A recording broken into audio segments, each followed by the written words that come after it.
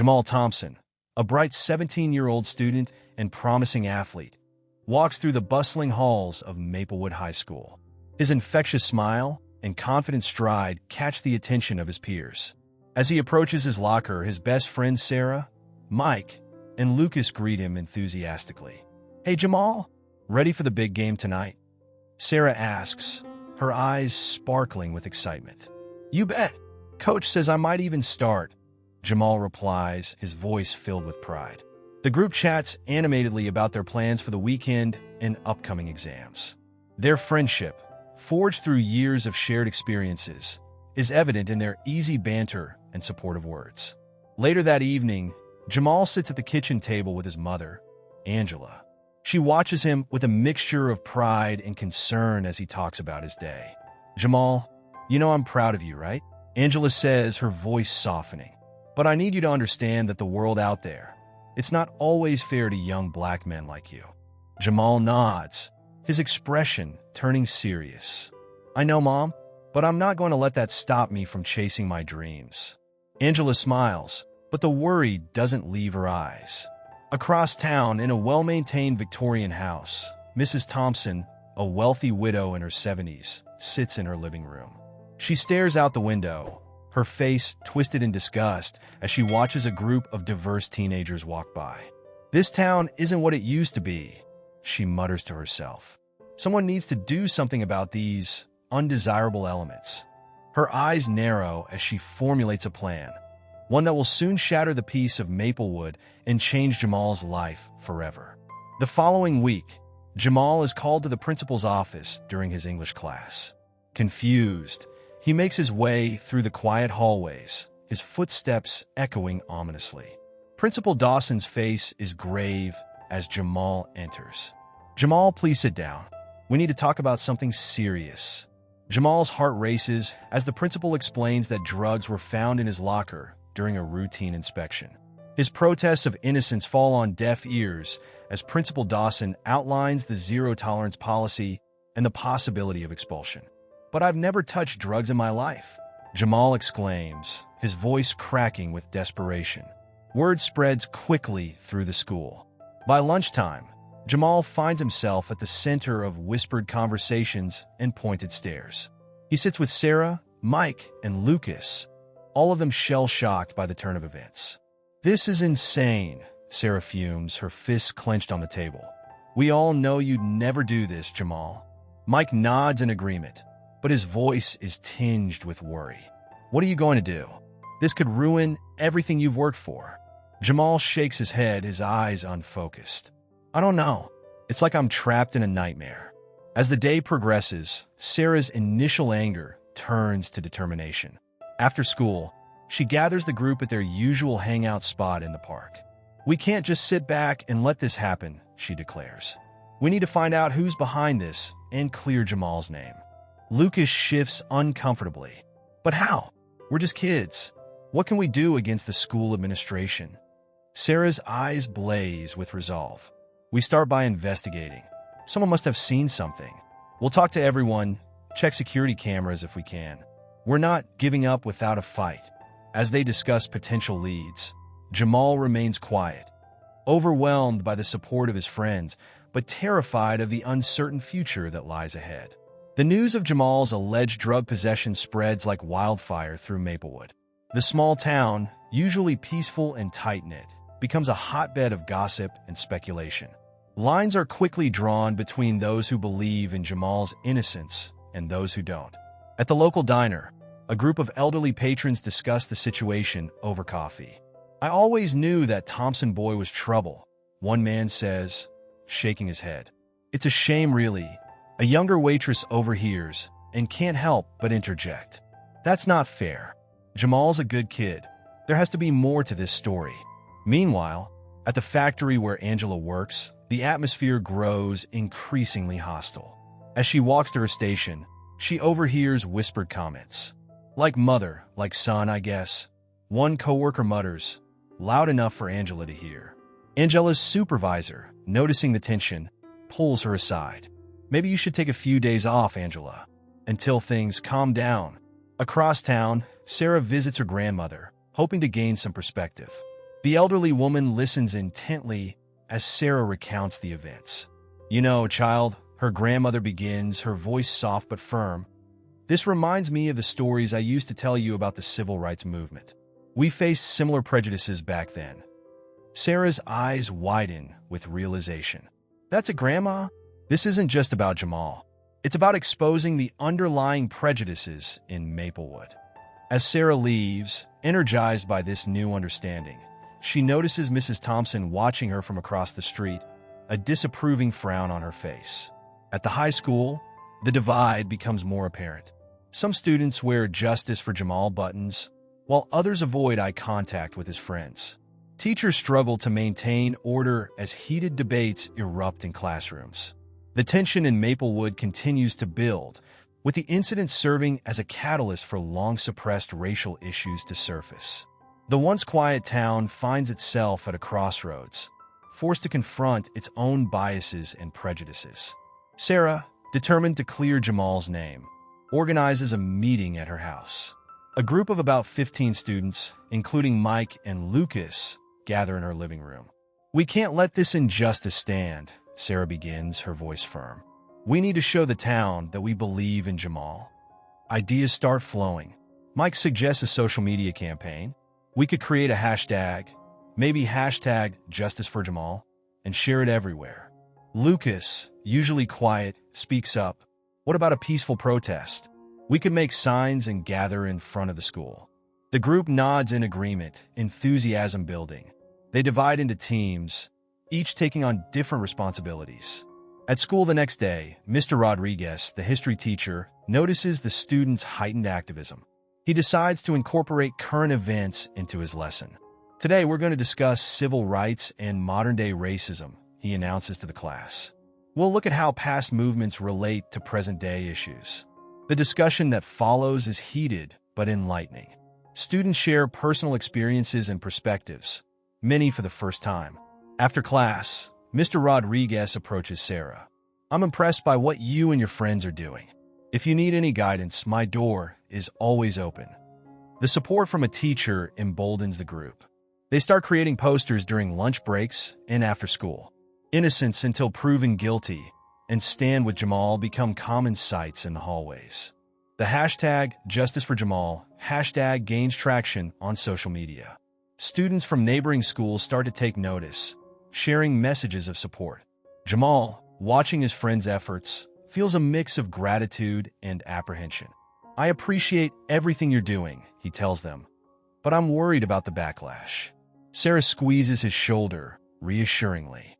"We're in this together, Jamal. We won't let them silence us." As the day of the planned protest approaches, tension in the school rises. The principal warns against any disruptive activities, but the students remain undeterred. The group's efforts are starting to make waves, not just in the school, but in the wider community of Maplewood. They're no longer just students. They're becoming activists fighting for what they believe is right. As the movement gains momentum, Sarah and her friends decide to dig deeper into Mrs. Thompson's background. They spend hours at the local library, poring over old newspapers and town records. "Look at this," Mike says, pointing to an article from 20 years ago. Mrs. Thompson was involved in a controversy over blocking a low-income housing project. She claimed it would bring the wrong element to Maplewood. Sarah nods grimly. "And here's another one. She tried to get a teacher fired for including diverse literature in the curriculum." They compile a list of incidents, revealing a pattern of discriminatory behavior spanning decades. Meanwhile, Jamal is approached by Eric, a shy classmate he barely knows. Eric nervously looks around before speaking. "Jamal, I saw something today. They found the drugs in your locker," Eric whispers. Jamal's heart races. "What did you see?" Eric hesitates. "I saw Mrs. Thompson near your locker before school. She was acting strange, looking around like she didn't want to be seen." Jamal's mind reels at this information. Could Mrs. Thompson be behind this? But why? He immediately calls Sarah to share this new development. Sarah is ecstatic. This could be the break we need. However, convincing Eric to come forward proves challenging. "I'm scared," he admits. "Mrs. Thompson is powerful. What if she comes after me or my family?"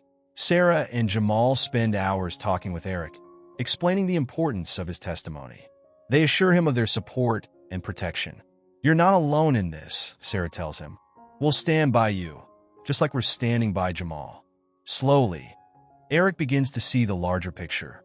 He realizes that his silence could allow injustice to prevail. "Okay," he finally agrees. "I'll do it. I'll tell what I saw." With this new evidence and Eric's testimony, the group feels a surge of hope. They now have a concrete lead to follow and a potential witness.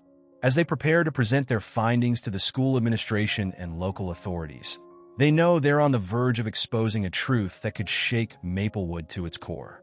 The fight for justice is far from over, but for the first time since this ordeal began, victory seems within reach. As the date of the planned protest approaches, tension in Maplewood reaches a fever pitch. Sarah and her friends work tirelessly to organize the event, distributing flyers and spreading the word on social media. The night before the protest, Jamal receives an anonymous threatening phone call. "Drop this crusade if you know what's good for you," a distorted voice warns before hanging up. Shaken but determined, Jamal shares this with his friends. "We can't back down now," Sarah insists. "This just proves how important our fight is." On the day of the protest, a crowd gathers in front of Maplewood High School. Students, parents, and community members hold signs and chant for justice. Local news vans arrive, their cameras capturing the scene. Mrs. Thompson watches from her car across the street, her face a mask of barely contained fury. Jamal steps up to address the crowd, his voice amplified by a megaphone. "I stand before you today, not just as a student wrongly accused, but as a symbol of the injustice that plagues our community." His words, passionate and heartfelt, move many in the audience to tears. "We demand a fair investigation, not just for me, but for everyone who has ever been judged unfairly based on the color of their skin." As Jamal speaks, a small group of counter-protesters arrive, shouting and trying to disrupt the event. Tension escalates as the two groups face off. Just when it seems the situation might turn violent, Mr. Rodriguez steps between them. "This is about justice and truth," he shouts. "Are we going to let anger divide us, or will we stand together for what's right?" His words have a calming effect. Some of the counter-protesters, seeing the size and passion of the crowd supporting Jamal, begin to question their stance. As the protest continues, more community members join in. The owner of the local diner brings food for the protesters. A group of lawyers offers pro bono services to help with Jamal's case. The event ends peacefully, but its impact resonates throughout Maplewood. The local newspaper runs a front-page story, and social media buzzes with discussions about racial bias and justice. That evening, exhausted but hopeful, Jamal and his friends gather to reflect on the day's events. "This is just the beginning," Sarah says, her eyes shining with determination. "We've started something big here." As they part ways, they know that tomorrow brings new challenges. But for now, they savor the feeling of a community coming together for a cause they believe in. In the wake of the successful protest, Mrs. Thompson becomes increasingly desperate. She realizes her carefully constructed facade of respectability is crumbling. In a last-ditch effort to discredit Jamal and his supporters, she decides to make a bold move. Mrs. Thompson visits the police station, claiming to have new evidence of Jamal's drug involvement. She presents a fabricated video that she claims shows Jamal dealing drugs off school grounds. However, Sarah and her friends have anticipated this. They've been meticulously gathering evidence of their own, including security camera footage that contradicts Mrs. Thompson's claims. Principal Dawson calls an emergency meeting at the school. The tension in the room is palpable as Jamal, his mother, Sarah, and their supporters face off against Mrs. Thompson and her remaining allies. "We have irrefutable evidence of Mr. Thompson's criminal activities," Mrs. Thompson announces smugly, presenting her doctored video. Sarah stands up, her voice steady. "Before we go any further, I think there's something everyone needs to see." She nods to Mike, who starts a presentation on the room's projector. What follows is a damning expose of Mrs. Thompson's history of discrimination and manipulation. The group presents a timeline of her past actions, witness testimonies, and finally, security footage that proves she planted the drugs in Jamal's locker. Mrs. Thompson's face pales as she realizes the extent of the evidence against her. She attempts to interrupt, but her protests fall on deaf ears. Eric, trembling slightly, steps forward to give his eyewitness account. I saw Mrs. Thompson at Jamal's locker the morning the drugs were found. She looked suspicious, like she was doing something she shouldn't. The room erupts into chaos. Mrs. Thompson, seeing her plan unraveling, lashes out with a torrent of racial slurs, revealing her true nature to everyone present. Principal Dawson, visibly shaken by the revelations, calls for order. In light of this new evidence, I believe we owe Mr. Thompson a full apology and immediate reinstatement. As the meeting concludes, Mrs. Thompson is escorted out by security, facing potential criminal charges for her actions. Jamal, overwhelmed by emotion, is embraced by his mother and friends. The ordeal isn't over. There will be legal proceedings to follow, but for the first time in weeks, he feels a weight lifting from his shoulders. The group leaves the school, stepping into a community forever changed by their fight for justice. The case against Mrs. Thompson goes to trial, drawing national attention to Maplewood. The courthouse is packed daily, with supporters on both sides filling the gallery. Jamal, now fully exonerated by the school, testifies about the ordeal he endured. His composed demeanor and articulate responses impress the jury. I never lost faith in the truth, Jamal states firmly. I knew that if we fought hard enough, justice would prevail. Sarah takes the stand next, detailing their investigation and the evidence they uncovered. Her testimony paints a clear picture of Mrs. Thompson's long history of discriminatory behavior. The prosecution presents a compelling case, using the evidence gathered by Sarah and her friends. Security camera footage clearly shows Mrs. Thompson planting the drugs in Jamal's locker. Mrs. Thompson's defense team attempts to discredit the teenagers, portraying them as troublemakers with a vendetta against a respected community member. However, their arguments seem weak in the face of overwhelming evidence. The turning point comes when Eric testifies. Despite his nervousness, he recounts what he saw on the day of the incident. His testimony corroborates the video evidence, leaving little doubt about Mrs. Thompson's guilt. As the trial progresses, Mr. Rodriguez is called to testify about the impact of the incident on the school community. He speaks eloquently about the importance of confronting systemic racism and the courage shown by the students. Mrs. Thompson, against her lawyer's advice, takes the stand. Under cross-examination, her carefully constructed facade crumbles. She makes several racist remarks, shocking the courtroom.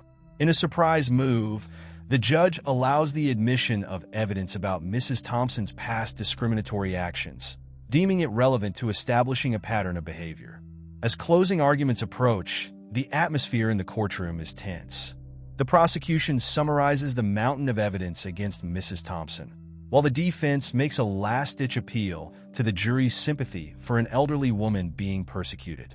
The jury retires to deliberate, leaving Maplewood holding its collective breath. The outcome of this trial will not only determine Mrs. Thompson's fate, but also set a precedent for how the community deals with racism and injustice. As they wait for the verdict, Jamal and his supporters gather outside the courthouse, holding a peaceful vigil for justice.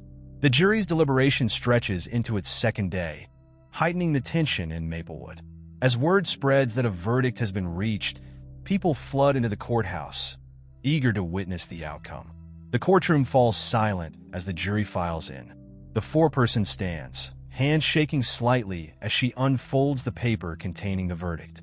On the charge of evidence tampering, we find the defendant, Mrs. Thompson, guilty. On the charge of false accusation, we find the defendant guilty. A collective gasp echoes through the room, followed by a mixture of cheers and angry outbursts. The judge calls for order, his gavel pounding. Mrs. Thompson, her face ashen, slumps in her chair as the reality of her situation sinks in. Her carefully constructed world of influence and respectability has crumbled. As the judge prepares to deliver the sentence, he allows for impact statements. Jamal steps forward, his voice steady and clear. Mrs. Thompson's actions didn't just hurt me. They exposed a deep-rooted problem in our community. I hope this verdict serves as a wake-up call for Maplewood. Sarah also speaks, emphasizing the importance of standing up against injustice. We refuse to be silent, and that made all the difference. This is a victory for everyone who has ever faced discrimination. The judge, visibly moved by the statements, addresses the court. This case has revealed uncomfortable truths about our community. Let this serve as a turning point. He sentences Mrs. Thompson to 5 years in prison, along with community service and mandatory sensitivity training upon release. As Mrs. Thompson is led away, her mask of superiority finally cracks. "I was just trying to protect our way of life," she sobs, revealing the fear and ignorance at the root of her actions. Outside the courthouse, a crowd has gathered. When Jamal and his supporters emerge, they're met with cheers and applause. The atmosphere is one of relief and cautious optimism. Local reporters swarm around Jamal and Sarah, peppering them with questions about their fight for justice. Their responses are measured and mature, focusing on the need for continued vigilance against discrimination. As the day winds down, Jamal, Sarah, and their friends gather at their favorite diner. They're exhausted but exhilarated, knowing that their perseverance has brought about real change. "So, what's next?" Mike asks, looking around the table. Sarah grins. "We've still got work to do. This is just the beginning." In the weeks following the trial, Maplewood undergoes a profound transformation. The case has forced the community to confront its underlying prejudices and take steps towards genuine change. Jamal, now cleared of all charges, returns to school as a hero. Students and teachers alike greet him with warmth and respect. However, he's determined not to let the attention go to his head. "I don't want revenge," Jamal tells a group of reporters gathered outside the school. "I want us to learn from this and become a better community." The school board, eager to make amends, implements new diversity and inclusion programs. Mr. Rodriguez is appointed to lead these initiatives, bringing his passion for social justice to the forefront. Mrs. Thompson, serving her sentence, becomes a cautionary tale. Her fall from grace serves as a powerful reminder of the consequences of unchecked prejudice and abuse of power. Sarah and her friends, recognized for their investigative skills, are invited to join a newly formed youth advisory council for the town. They use this platform to advocate for more inclusive policies and greater transparency in local government. Jamal's mother, Angela, finds unexpected support at her workplace. Colleagues who once shunned her now approach with apologies and offers of friendship. The factory implements anti-discrimination training for all employees. As summer approaches, Jamal and his friends organize a community festival celebrating diversity. The event draws people from all over the county, featuring food, music, and art from various cultures. During the festival, Jamal takes the stage to address the crowd. "A few months ago, I was wrongly accused and faced losing everything. But thanks to the support of my friends and this community, we turned a potential tragedy into an opportunity for growth." The crowd erupts in applause as Jamal continues. "Let's use this experience to build a Maplewood where everyone feels welcome and valued, regardless of their race or background." As the sun sets on the festival, there's a palpable sense of hope in the air. Maplewood has taken its first steps towards becoming a more inclusive and just community. Jamal and his friends gather on a hill overlooking the festival grounds. They watch as people of all ages and backgrounds mingle, laugh, and celebrate together. "We did it," Sarah says, bumping Jamal's shoulder playfully. Jamal nods, a small smile playing on his lips.